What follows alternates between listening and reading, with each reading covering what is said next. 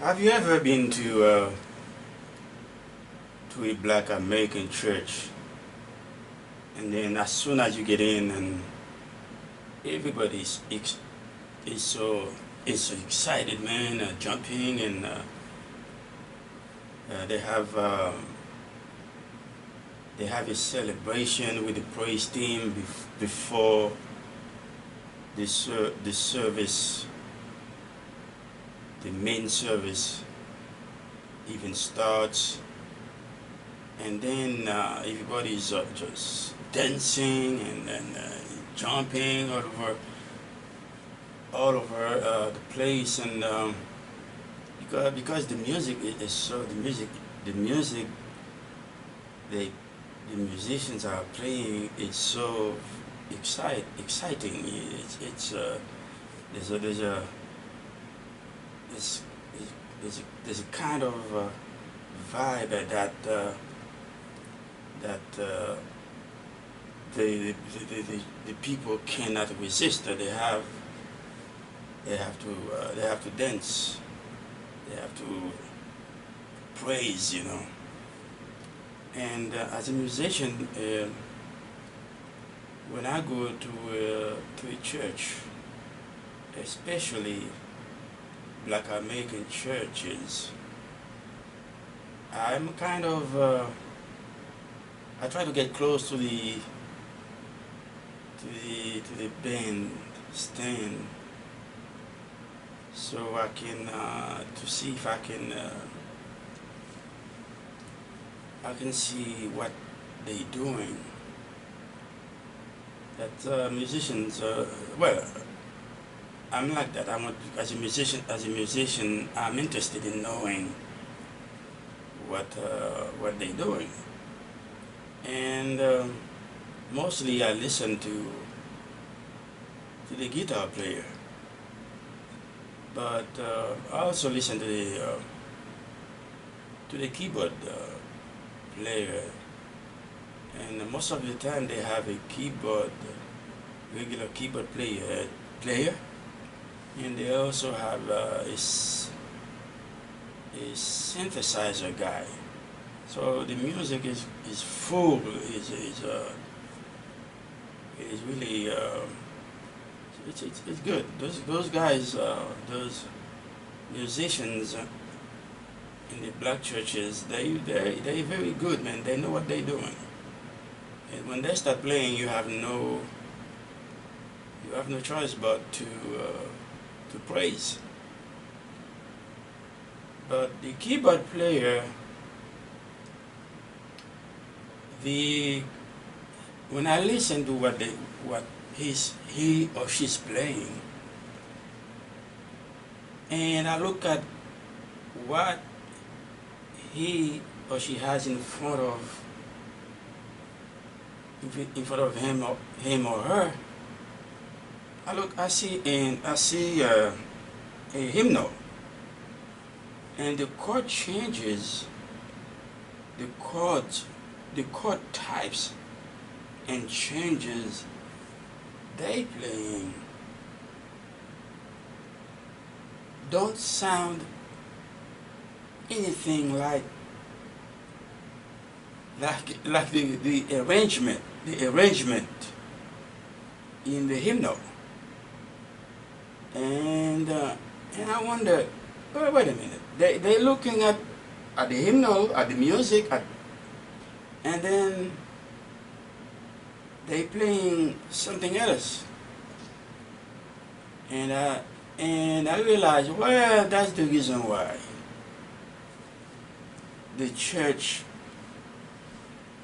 members and visitors, and I saw excited because there's no way a regular hymnal song, if you play it exactly the way it is in a hymnal, there's no way I think it's going to make people so excited. Of course, you still can praise with it. You still can praise the Lord with it, but getting that excited, then I said to myself, I said to myself, I need to find out what those guys are doing. How come they're looking at the hymnal, and what they're playing doesn't sound anything like what they're looking at. And I realized, okay, what they're doing is that I'm talking about the keyboard players. They have a secret. They have a secret. The secret they have, it's called reharmonization. They look at the hymnal, they look at the arrangement, and you got the grand staff, they're looking at, and you have the treble clef and the bass clef, and you got all those you got the arrangement, the different instruments, and what they do, most of all, I think they do that at home, because those churches, they don't just show up, okay, on Sundays and then they start playing. They practice, they rehearse.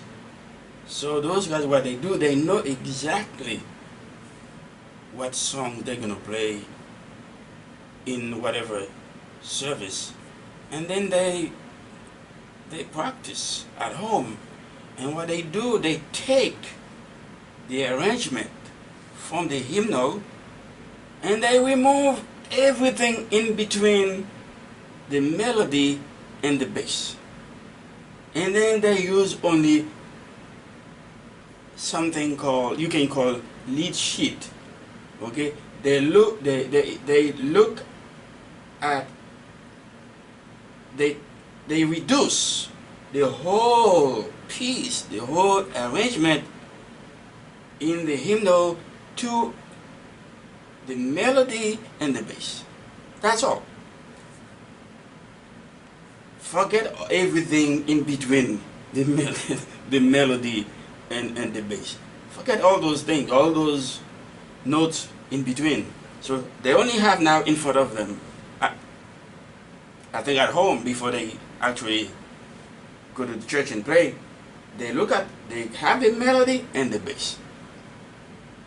So now they can do one of two things. They can either reharmonize the music using the bass note, or they can reharmonize on the melody note, on the melody notes. Because basically the bass line in a piece of music is the harmonization of the music, basically. So what they do, they look at the bass, and another thing, they don't really even care. They're so good. They don't even care about the notations now. When they have the lead sheet, if you want to call it that, they have the melody and the bass. Now they don't even care about the notes, the melody notes and the bass note. They don't even care about those now. What they do, they use numbers on the notes. Okay. So in any scale, there's a number that is associated, that is related to every note. Let's say, for example, in the major scale, you have, C, D, E, and so on, and for each note you have a number, 1, 2, 3, 4, 5, 6, 7, and on every note you can build a chord. So that's why on the one chord, let's say in the C major scale, on the one chord you play a C major chord, and let's say on the fourth note you play F major chord, and on the fifth note you can either play a, which is G in the key of C. You can play a G major chord, or you can play, mostly you're going to play a G dominant 7, So those are the three primary chords in the major scale. 1, C, in the C major scale, for example, 1, C, 4, which is F in the C major scale, and then 5, which is G. So basically, most of the songs in the hymnal are based on those three primary chords of the major scale. But what they do is the keyboard players in the Black American churches, they reharmonize those three chords. They're not going to use let's say C major chord, okay? They're not going to use that. They're going to use something else. They probably use something like, let's say, C major 7. You see? Or they probably play something like, let's say, C9.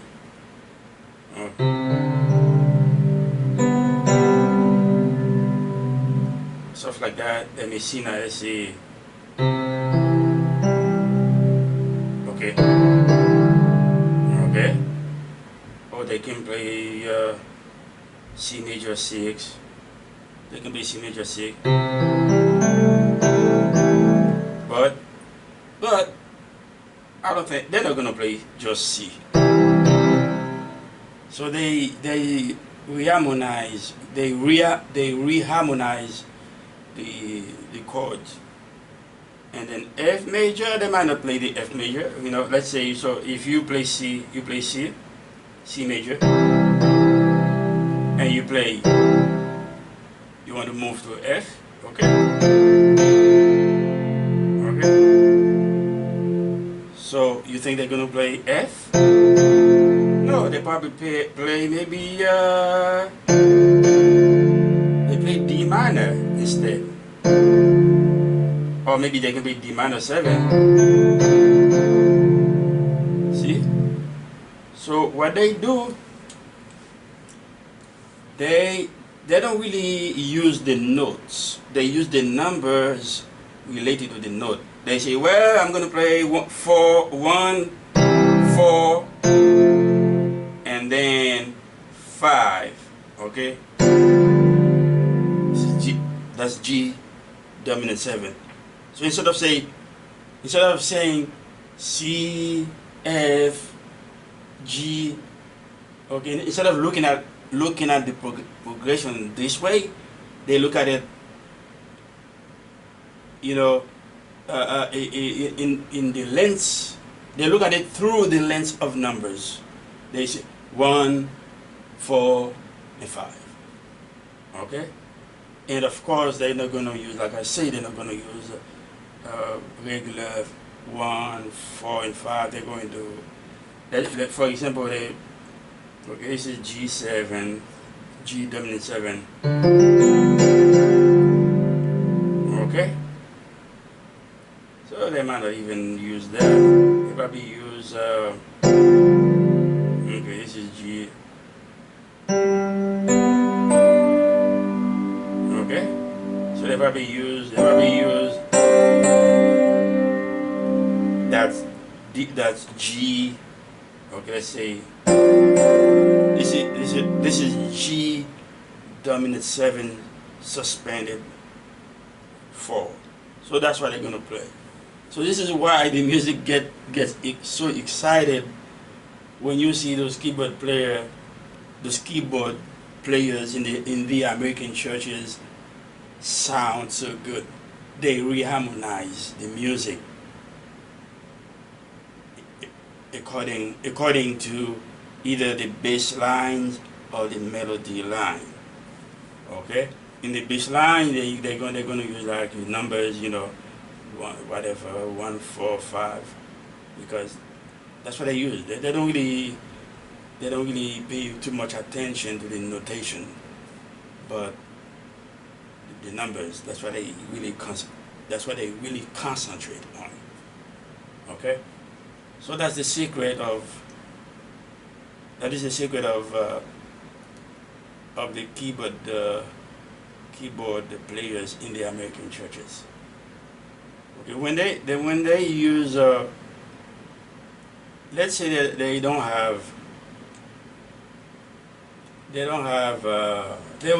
have just the melody line, or just the melody, and they don't have the whole arrangement, just like they have in the hymnal. So okay, all they have is the melody, but they still make it interesting, because what they do, they harmonize below the melody notes. They use chord changes below the melody notes. And in the chord, mostly what they do, the bottom notes, the first notes in the chords, they play the tonic of the chords they're using. Okay, the tonics. I mean the first note of the chord, and they harmonize below the melody notes. Okay, so they also use something called passing chords. Okay, tritones, chord substitutions. This is what the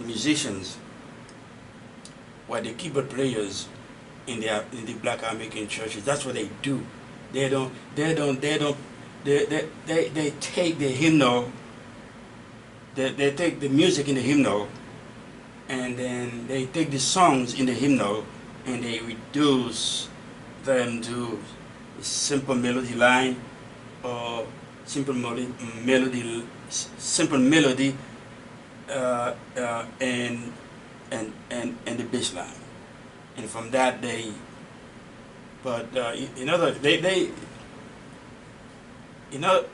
to be able to do that, you have to be good. Well, let me take that back. You have to do your homework. You have to learn music theory, because you have to know how to build different chords, different type of chords, and how the changes go. You have, first of all, most of all, you need to know your cycle of fifth. Okay, if you are a musician and you have not studied, you have not examined the cycle of fifth yet, well, I am encouraging you to do so as soon as possible, because this is the base, this is the cornerstone of harmonization in music. So remember what they do in the Black American churches. They mostly play R&B stuff like that. So they they they harmonize the simple songs in the hymnal and make them exciting, very exciting, and and the members of the church, the visitors, and they get they get very excited, and and you have no choice but to praise the Lord, to praise the Lord, and the visitors, they come back, you know, sometimes just for that reason, you know. So what I was trying to do, I look at a piece of music. I was looking at piece, I was looking at a song. All I have is the melody, and it's called "Great Is Thy Faithfulness," and I know for a fact that if the black the keyboard players in the black American churches, that's all they need. They need a melody, and then they will, because they're so good, they will find, they will build, they will make the chords, the contemporary chords necessary to play this song. Because they that good. And I was looking at the music. I'm not gonna play it. I probably try to. I might try to examine it to see what they might have played. If what chords they might use to play that song. And musicians are different. The way I play a song, the way I harmonize a song, is not the way you're going to harmonize it. He or she's going to harmonize it. In a sense, you can say harmonizations is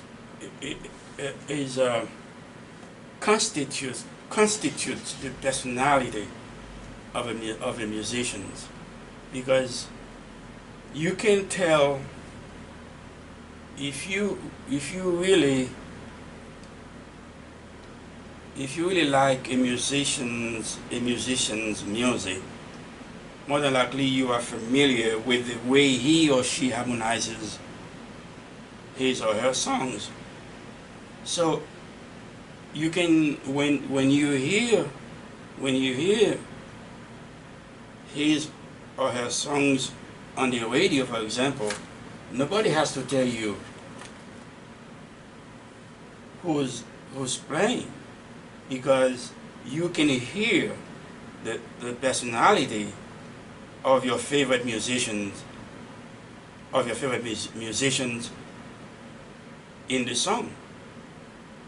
Let's say you have three favorite musicians. I bet you can recognize each one of them. Okay, when you hear their songs on the radio, you just listen to the harmonization, and then this harmonization is that person. Oh, this one is that person. Harmonizations is actually the personality of a musician. Okay, so I was looking at that melody. Great is that thy faithfulness. And I say, let me see. And it It is in D major. See, this is where personality comes in when it comes to playing music, because a musician might decide to play a song in a key, and when I look at the song and I start playing it, it doesn't fit. That song may not fit my personality, my harmonic personality. So I might decide to play it in another key, in another key. So I was looking at like I said, I'm not going to play the song because I have not practiced it, at least not yet. But I might, maybe I can just analyze it a little bit. So yeah, so your key, your the your personality keys may not my personality keys when we play music. So there's a there's a there's a lot of nuances to consider when you play as a musician or as a listener also when you listening to your favorite artists. Okay, so I was looking at that great great is thy faithfulness, and I was imagining, I was kind of imagining the way maybe a black American church keyboard player would approach it. I doubt it, but you know, the only thing we can do in music is try. So I'm the music is in D major, but I decide to try to analyze it in the key of D flat. And I was listening, I said, and I look at that, and I said, well, this is just a sample chord. This is just a sample chord, D flat. I know those guys, they're not gonna play that. They probably play something like this. Okay. Yeah. They probably say,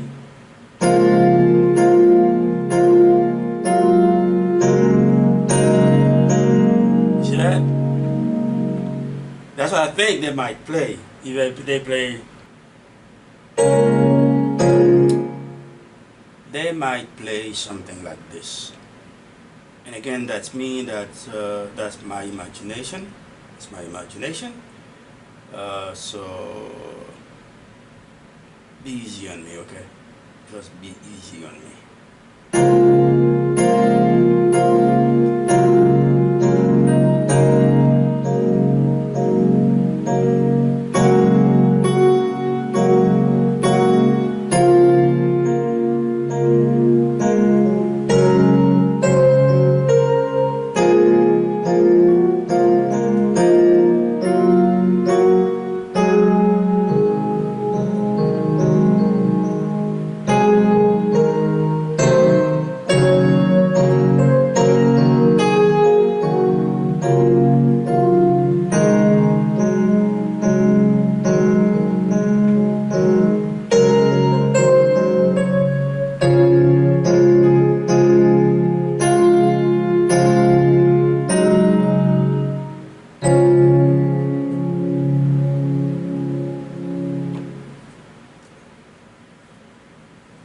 Well, not quite, but you know, if I practice it, I will get a little closer than that. So you know, that's when you go to a black American church and you want and you hear all those nice chord changes, the keyboard played by the keyboard players. They don't- the what they're not using. They're not really using what they see from the hymnal. They're just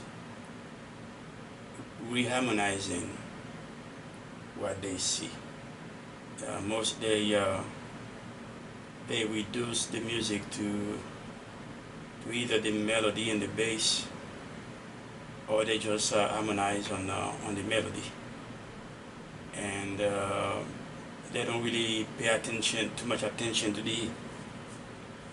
the notations. They use they instead they use numbers related to the notes, and then they use chord substitutions. They use passing chords, tritones, all those good elements of good music playing. So